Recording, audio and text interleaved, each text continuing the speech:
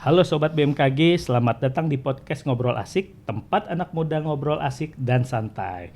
Kali ini agak spesial podcast kita kali ini karena digabungkan dengan webinar yang berjudul Integritas Pancasila di Era Pasca Kebenaran, Wujudkan Ketahanan Bencana Nasional.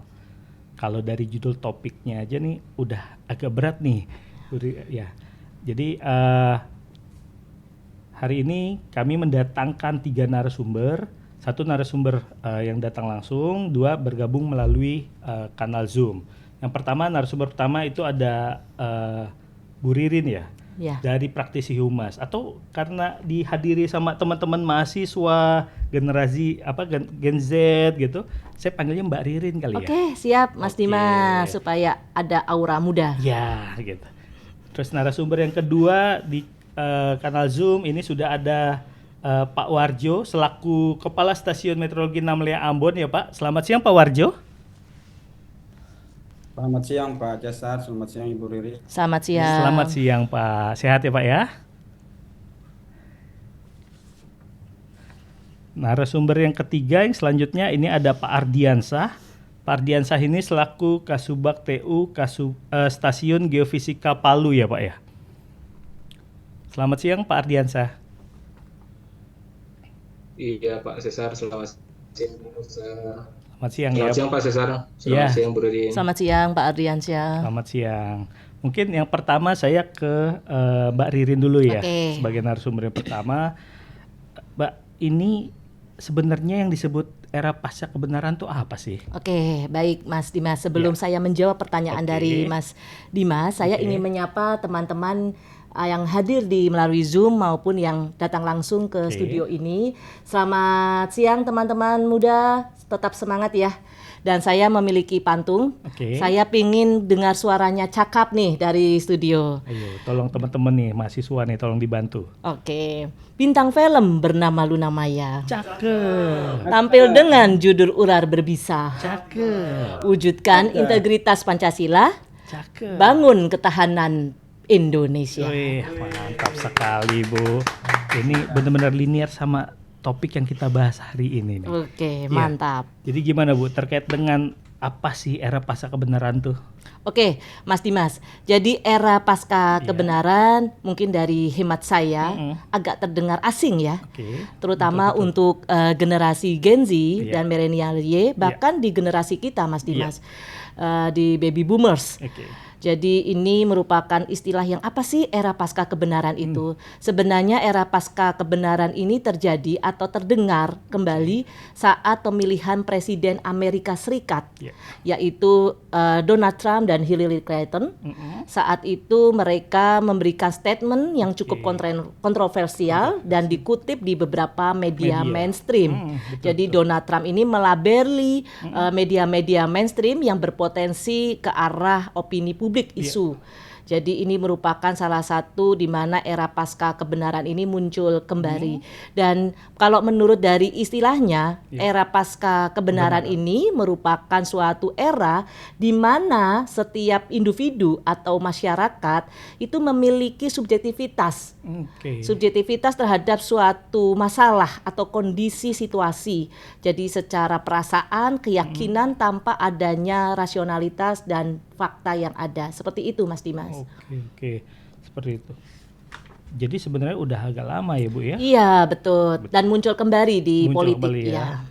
Oke. Terus selanjutnya Ibu, pandangan Ibu selaku praktisi humas nih terhadap kondisi saat ini bahwa kita ngalami disruption dengan kecanggihan teknologi komunikasi dan menjamurnya berbagai platform media digital. Apakah bisa dikatakan era saat ini tuh masuk era pasca kebenaran, Bu? Iya, tentu Mas Dimas. Tadi seperti yang saya katakan bahwa disruption itu adalah perubahan dari media konvensional beralih menjadi media digital. Jadi di mana itu serba cepat dan menurut data dari yang saya dapat bahwa awal tahun 2025 Januari pengguna internet Indonesia itu mencapai 212 juta dari populasi sebanyak 285 juta jiwa. Ya, dan ini menunjukkan tingkat penetrasi internet Mas Dimas menyentuh angka 74,6%. 70%. Ya, karena kita tahu bahwa generasi saat ini, generasi muda Gen Z itu memiliki beberapa gadget, media sosial, platform. Mereka dengan sekian detik berkomentar dengan suatu situasi atau kondisi atau isu yang kontroversial menurut keyakinan dan pikiran mereka, Mas Dimas. Kadang yang saya miris itu adalah tanpa dirandasi sebuah fakta begitu. Dan ini merupakan salah satu tantangan bagi pemerintah dan pimpinan dalam suatu organisasi agar era pasca kebenaran ini tidak menimbulkan suatu keresahan dan kekhawatiran masyarakat seperti itu. Nah, dari sisi kehumasan, Bu, jika dilihat dari perspektif ketahanan bencana nasional, apakah era pasca kebenaran itu sangat mempengaruhi ketahanan bencana alam dan apa yang bisa dilakukan, Bu?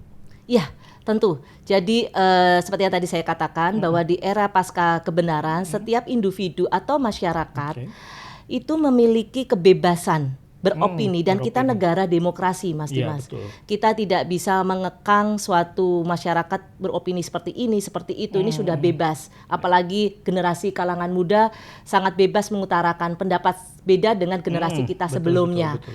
Jadi kalau misalkan ada suatu isu kebencanaan, mereka tidak memiliki suatu literasi atau ilmu terkait kebencanaan atau informasi yang mereka dapat, itu nanti akan dikhawatirkan bias informasi, ada gap informasi, ada misinformasi. Jadi menimbulkan suatu ketidakpercayaan masyarakat terhadap suatu organisasi kelembagaan pemerintah. Seperti itu, Mas Dimas. Jadi ini merupakan salah satu tantangan sih tadi seperti yang saya katakan. Jadi diharapkan masyarakat itu bersikap kritis, berpikir secara rasional dan berdasarkan fakta yang ada untuk menyampaikan informasi. Nah, tadi Bu Ririn sempat bilang kalau masyarakat ini terlalu mudah posting dan lain-lain. Nah, saya pengen nanya nih, menghadapi sebuah krisis atau hoax yang mempengaruhi ketahanan bencana nasional tuh dari sisi humas itu harus bagaimana, Bu? Iya, jadi seorang public relation itu merupakan atau humas ya yang lebih dikenalnya itu merupakan salah satu profesi, Mas Dimas. Anak-anak muda mungkin yang dari hadir di Zoom atau di studio mungkin ada mahasiswa dari komunikasi jurusan public relation, mereka sudah paham terkait kode etik humas. Jadi humas semua swasta maupun humas lembaga dalam hari ini GPR, Government Public Relation, dalam hari ini saya adalah humas BMKG yang merupakan salah satu GPR yang tergabung juga dalam suatu organisasi Ikatan Pranata Humas, Mas. Jadi kita tuh sudah ada organisasinya baik di tingkat pemerintah maupun secara nasional, yaitu Perhumas, Perhimpunan Humas. Jadi kita memang diatur. Nah, kode etik ini berdasarkan sebuah integritas, tentunya mengacu pada Pancasila. Salah satu contohnya, seorang PR itu harus berhati-hati dalam menyampaikan suatu informasi. Ketelitian, kecermatan itu sangat dipentingkan dan kecepatan. Jadi kita tahu bahwa BMKG merupakan suatu badan publik yang non-kementerian yang berdekatan atau beririsan dekat dengan suatu bencana.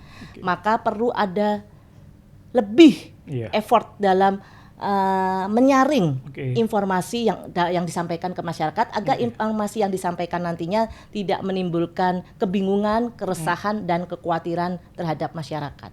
Nantinya bisa mempengaruhi kredibilitas suatu badan publik, dalam hal ini adalah kelembagaan BMKG. Begitu, Mas Dimas.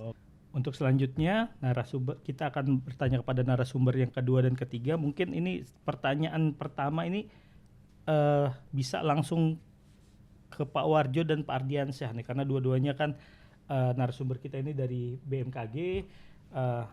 Kita mau tanyakan kalau di tempat Pak Warjo dan Pak Ardiansyah, mungkin ke Pak Warjo dulu ya yang pertama. Pak, ini di tempat Bapak itu tugas yang ditangani itu untuk penanganan bencana apa sih Pak sebenarnya yang dilakukan di tempat Pak Warjo di Stamet Namlea ini, Pak? Mungkin bisa dikasih gambaran kepada teman-teman mahasiswa yang hadir di studio maupun yang ada di Zoom. Silakan, Pak. Baik, terima kasih Pak Besar. Saya coba menjawabnya. Untuk tugas kami khususnya di daerah Pulau Buru sesuai dengan tupoksi BMKG, terutama di wilayah pelayanan stasiun meteorologi kelas 3 Namlea, yaitu memberikan informasi dan melayani di bidang BMKG. Jadi bencana yang ditangani di daerah ini berupa bencana yang disebabkan oleh bencana hidrometeorologi seperti banjir, longsor, kekeringan, hingga badai tropis, serta bencana yang disebabkan oleh geologi seperti gempa bumi, longsor, dan tsunami. Mungkin itu salah satu tupoksi kami di wilayah Pulau Buru sebagai penunjuk untuk melayani BMKG di wilayah tersebut. Oke. Kalau dari sisi Pak Ardiansyah, ini kan Pak Ardiansyah juga sama-sama dari BMKG Pak, tapi dari Stasiun Geofisika ya Pak. Itu kalau di tempat Bapak gimana Pak? Itu penanganan bencana apa Pak yang ditangani di tempat Bapak Pak? Mungkin bisa dijelaskan juga kepada teman-teman mahasiswa Pak.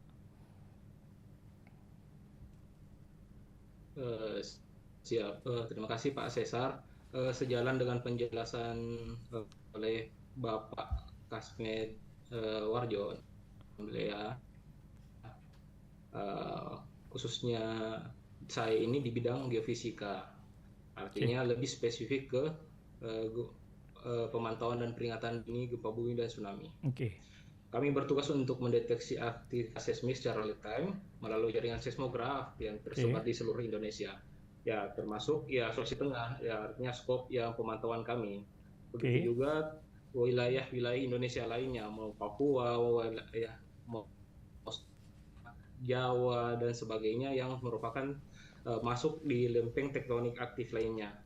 Dan ketika gempa bumi terjadi, kami menganalisis data tersebut hingga menentukan kekuatan, kedalaman, lokasi pusat gempa, dan potensi tsunami. Informasi ini sangat krusial mereka secara cepat ke BNPB, Pemda, atau media, dan serta masyarakat. Kami juga memantau deformasi tanah dan aktivitas vulkanik secara tidak langsung yang berkaitan dengan dinamika gempa. Jadi kesimpulannya teman-teman di bidang geofisika ini adalah garda terdepan dalam mendeteksi potensi gempa bencana geologi yang bisa berdampak luas terhadap keselamatan masyarakat. Begitu mungkin Pak Cesar. Oh, siap. Berarti kalau Pak Ardiansyah ini lebih spesifiknya terkait dengan gempa bumi dan warning tsunami ya Pak ya, lebih ke situ ya Pak. Iya Pak. Untuk pertanyaan berikutnya nih, saya mau nanya ke mungkin kita masih yang ke Zoom dulu ya Bu Riri, Mbak Riri ya. Siap. Ini kalau dikaitkan dengan tema pembahasan kita hari ini nih terkait dengan era pasca kebenaran, Bu. Nah, saya mau nanya ke Pak Warjo dan Pak Ardiansyah nih. Ini menurut pendapat Bapak-bapak, ini terkait era pasca kebenaran ini yang berpotensi menimbulkan hoaks dan mempengaruhi ketahanan bencana nasional dikaitkan dengan tugas-tugas Bapak-bapak ini gimana Pak menurut Bapak? Mungkin Pak Warjo dulu ya. Iya. Menurut saya, terima kasih Pak Ardiansyah. Menurut saya, dengan adanya era pasca kebenaran berpotensi menimbulkan hoaks sangat mempengaruhi bencana nasional, terutama dengan adanya berita hoaks yang sering menyebar di media sosial terkait dengan kebencanaan, sangat merugikan masyarakat dan sangat meresahkan masyarakat. Dan berita hoaks ini juga menyebabkan tingkat kepercayaan masyarakat terutama terhadap BMKG menjadi menurun. Oleh karena itu perlu ada satu edukasi yang berkelanjutan untuk bagaimana ini kita memberikan pengetahuan tentang berita-berita yang mana hoaks dan mana yang bukan hoaks kepada masyarakat pada umumnya. Mungkin itu salah satu pendapat saya. Menurut pengalaman Bapak sebagai pimpinan dalam menghadapi era pasca kebenaran yang ada hubungannya dengan ketahanan pangan nasional itu dikaitkan dengan tugas Bapak tuh seperti apa Pak? Baik Pak, terima kasih Pak Ardiansyah, Pak Cesar. Iya Pak.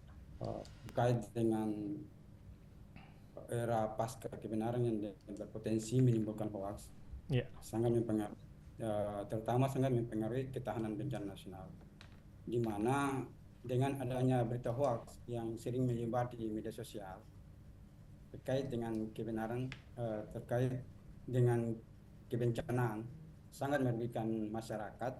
Dan berita hoaks itu sendiri juga menyebabkan tingkat kepercayaan masyarakat terhadap instansi seperti BMKG sangat menurun. Jadi masyarakat perlu adanya counter attack terhadap media sosial yang mereka baca, terutama perlu ditingkatkan literasi masyarakat melalui peran aktif pemerintah, pemuka masyarakat, terutama tokoh agama dan komunitas. Yang kedua, melakukan edukasi yang sistematis dan berkesinambungan. Mungkin itu salah satu ya. Terima kasih Pak Cesar. Oke, kalau dari Pak Ardiansyah gimana Pak tanggapan Bapak terkait dengan era pasca kebenaran ini dikaitkan dengan hoax Pak? Siap Pak. Kalau di spesifik di kami di gempa bumi, dampak dari era pasca kebenaran ini sangat terasa sekali. Misalkan begitu ada gempa, belum sampai kami merilis data resmi, sudah beredar itu video-video prediksi gempa, terus informasi masalah tsunami yang tidak akurat, bahkan ramalan-ramalan yang sumbernya tidak dikenal. Ini kan sangat berbahaya, bisa menimbulkan panik massal atau sebaliknya membuat masyarakat bisa meremehkan informasi resmi. Dalam ketahanan bencana, kepercayaan publik terhadap informasi resmi adalah modal utama sebenarnya. Ketika kepercayaan ini diganggu oleh hoax dan disinformasi, maka respon masyarakat bisa salah arah. Karena itu kami dari BMKG terus mengedukasi bahwa gempa tidak bisa diprediksi secara pasti, namun bisa dipelajari dan dimitigasi dampaknya. Disinilah integritas informasi menjadi bagian dari ketahanan nasional.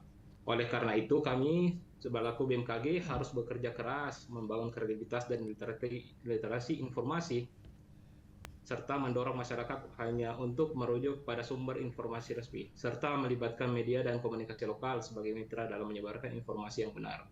Mungkin begitu Pak Cesar. Oke, mungkin pertanyaan terakhir dari saya nih buat para narasumber di Zoom nih, pendapat Bapak Pak untuk menyikapi tantangan kebenaran informasi di era pasca kebenaran ini yang memerlukan sikap integritas Pancasila Pak, khususnya bagi tim Bapak dan masyarakat kalangan muda nih, baik yang kaum milenial maupun dari Gen Z gitu. Gimana Pak Warjo?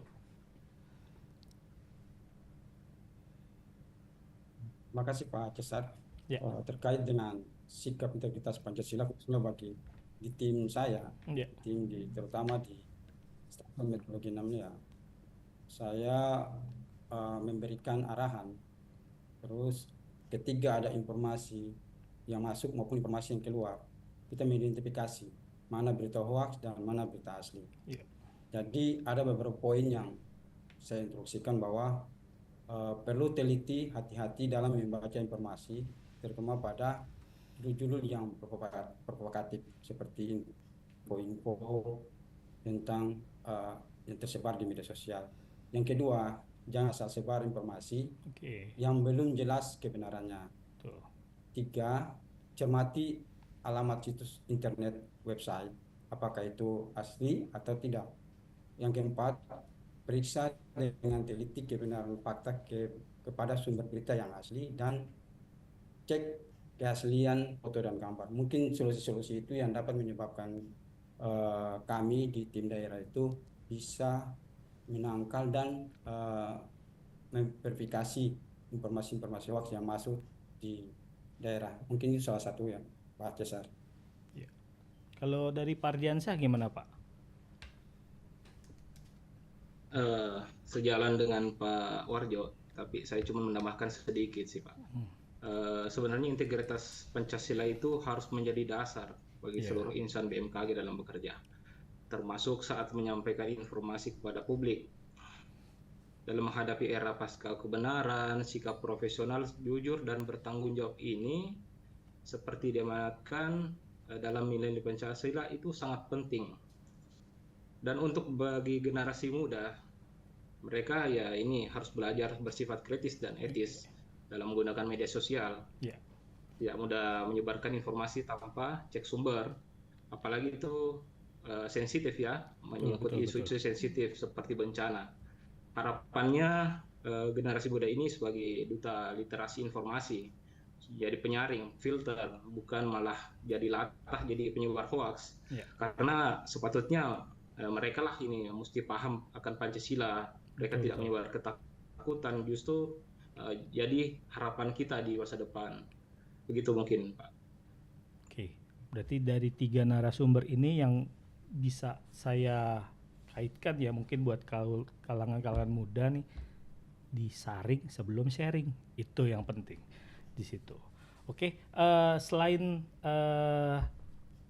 teman-teman yang ada di studio di sini, kami juga ada beberapa pertanyaan nih dari teman-teman yang ada di Zoom.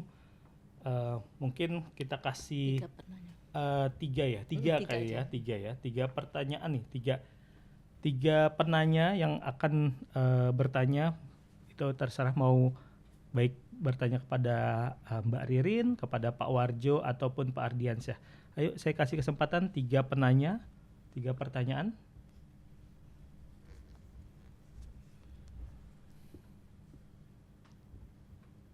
Atau bisa ini Mas Dimas, menulis di chatroom. Oh boleh, kalau agak sungkan bertanya langsung mungkin bisa di melalui chat, itu akan kami bacakan.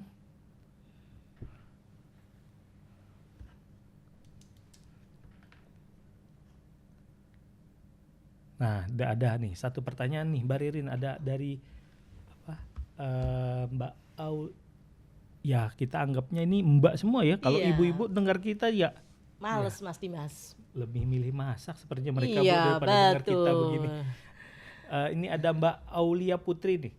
Apa pandangan Bapak dan Ibu terhadap fenomena saat ini dan pengguna media sosial yang didominasi oleh kalangan generasi Y dan Z, bahkan generasi Alpha? Wah, generasi Alpha nih Bu, untuk mendukung ketahanan bencana nasional.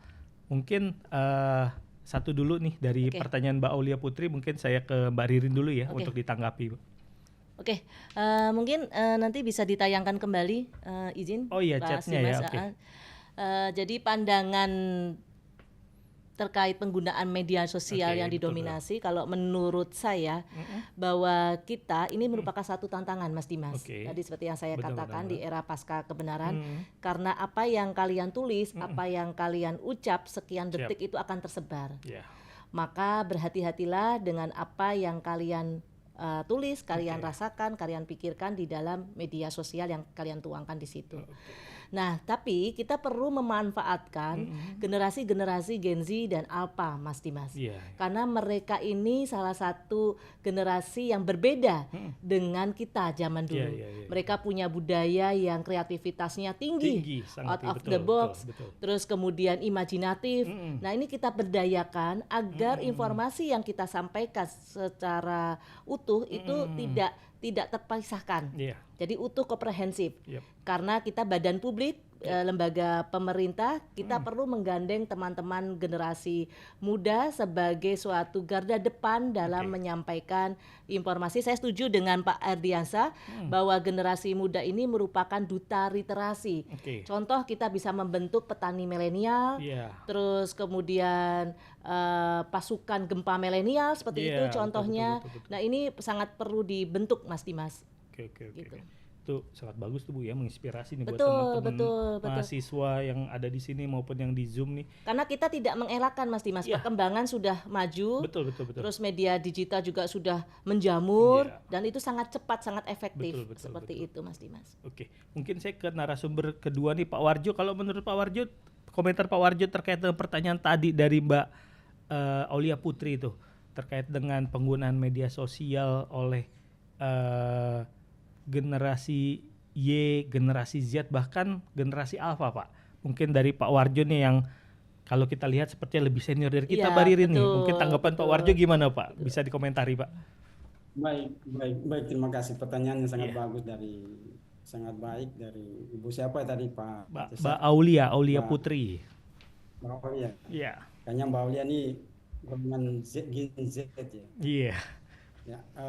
Sekarang ini ya kita lihat bahwa penggunaan media sosial di kalangan generasi Y Z dan Alpha ini sudah menjadi kewajiban ya. Saya lihat sudah menjadi kewajiban. Kalau tanpa media sosial tuh bagikan di mereka itu bagikan dunia saat ini akan runtuh.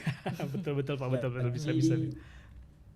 Perlu adanya pengawasan oleh pihak-pihak terkait serta adanya edukasi penggunaan media sosial secara terus-menerus, serta yang paling penting itu serta diarahkan dengan konten-konten yang bersifat mendidik, edukasi, sehingga masyarakat itu ini loh generasi kita loh, generasi Gen Z, generasi Alpha yang mendidik, yang membangun terutama untuk kemajuan bangsa Indonesia. Mungkin itu dari saya Pak. Kalau dari Pak Ardiansyah, komentarnya Pak terkait dengan pertanyaan Mbak Aulia tadi? Sepertinya sudah diborong semua sama Pak Warjo ya, diborong ya. Bu Ririn sama dan Pak Warjo. Tapi saya sedikit menambah. Iya. Ini sangat bukan lagi aktif tapi hiperaktif gitu dengan media sosial. Dan cepat mengolah dari informasi. Tapi di sisi lain mereka ini juga rentan dengan disinformasi, gitu. Karena belum semua literasi digital itu memadai. Ada hoax, ada yang kebenaran yang betul-betul kebenaran, mereka nggak bisa bedakan. Nah, disinilah peran kita semua untuk membimbing dan melibatkan mereka dalam edukasi kebencanaan, khususnya di BMKG ini, dan memberikan mereka ruang untuk mereka berkontribusi. Misalkan lah mengajak mereka membuat konten-konten informatif atau menjadi relawan digital pada saat terjadi bencana, atau sebagai duta klarifikasi, bisa tergantung kreativitasnya mereka. Ini jelasnya kan kita mengarahkan mereka. Betul. Ya harapannya kita membangun bangsa yang lebih tangguh dalam menghadapi ketahanan bencana. Itu aja Pak Cesar. Mungkin kita lihat lagi di kolom chat apakah ada pertanyaan. Oh, ada nih pertanyaan kedua nih dari Mbak Aulia. Mbak Ruri. Maaf, Mbak Ruli. Mbak Aulia yang pertama tadi ya. Saya agak sedikit lupa. Masih ingat namanya. Ini kayaknya sudah lelah ini. Masih semangat Bu Ririn. Ya, yang kedua, pertanyaan kedua dari Mbak Ruli. Izin bertanya Bapak dan Ibu, apa yang dibutuhkan seorang pemimpin atau pemerintah dalam menyikapi isu di era pasca kebenaran untuk mewujudkan ketahanan bencana nasional? Mungkin Mbak Ririn dulu nih bisa dikomentari. Terima kasih Mbak Ruri ya, pertanyaannya cukup bagus, cukup menarik. Bahwa ini merupakan salah satu juga isu Mas Dimas. Isu di dalam hal pemerintahan Indonesia. Saya membahas di tingkat pusat ya, tingkat nasional yaitu pemerintah. Bahwa terutama dalam respon peringatan dini kebencanaan. Jadi ini juga BMKG perlu melibatkan tim komunikasi kepresidenan. Kita aktif menjalin hubungan dengan teman-teman dari tim komunikasi kepresidenan, bagaimana memetakan strategi komunikasi dan kebijakan pemerintah agar disinformasi dan bias informasi ini tidak terjadi. Karena kita membutuhkan reaksi cepat dan respon cepat dan aksi cepat Mas Dimas terkait peringatan dini yang disampaikan oleh BMKG dan teman-teman kementerian lembaga yang dalam hari ini berperan di dalam hulu atau yang memiliki sebuah sistem peringatan dini tersebut. Jadi ini perlu diperhatikan. Terus yang kedua, mungkin himbauan saya atau saya meminta kepada pemerintah agar terus gencar memberikan literasi dan edukasi program-programnya pasti Mas. Untuk kalangan muda, generasi Y, Gen Z itu sangat perlu bimbingan dan modal terhadap ruang kreativitas mereka menggali, tapi berdasarkan fakta. Kita tahu bahwa talent-talent YouTubers itu sudah bagus. Ini perlu dimanfaatkan seperti itu Mas Dimas.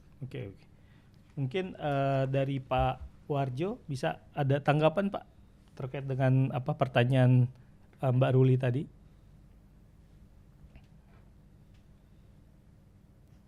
Terima kasih Jasa.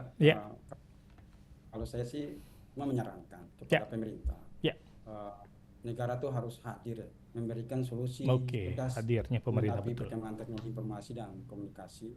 Yang kedua, banyaknya memberikan edukasi penggunaan media sosial secara berkesinambungan terutama kepada Gen Z, Alpha dan Y ya. Itu mungkin saran saya kepada pemerintah.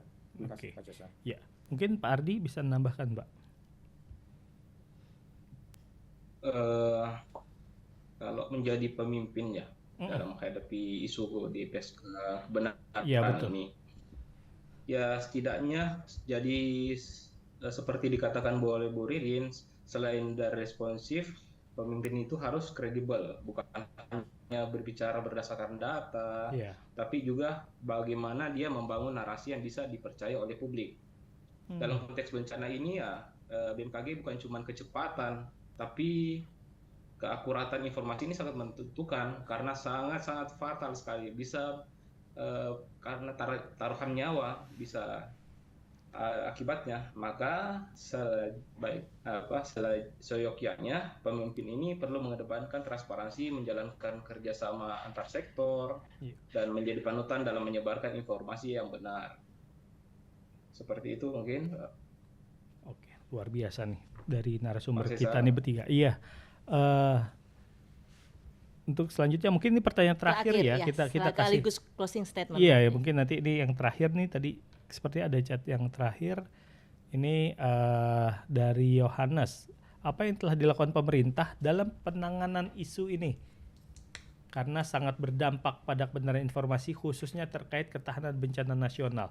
Nah, ini bisa dikomentari Mbak Ririn. Oke, baik Mas Dimas, saya singkat saja ya.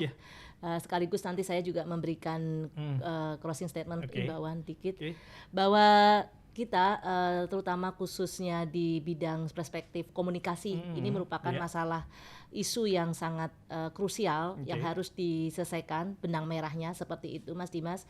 Tadi seperti yang saya katakan bahwa kita negara Indonesia itu sudah memiliki tim komunikasi kepresidenan, mereka punya tim komunikasi yang bergandeng tangan dengan sebuah kementerian lembaga, instansi, dalam hal ini juga badan publik yang menangani suatu isu atau masalah, dan kita menggandeng Komdigi, komunikasi informatika digital. Jadi ini juga kita bergandengan tangan menangani isu-isu. Jadi setiap kalau ada isu atau yang berbau hoax, itu kita langsung mengcounternya Mas Dimas, mengcounter dengan memilih isu yang mengarah ke negatif, sentimen negatif seperti itu Mas Dimas.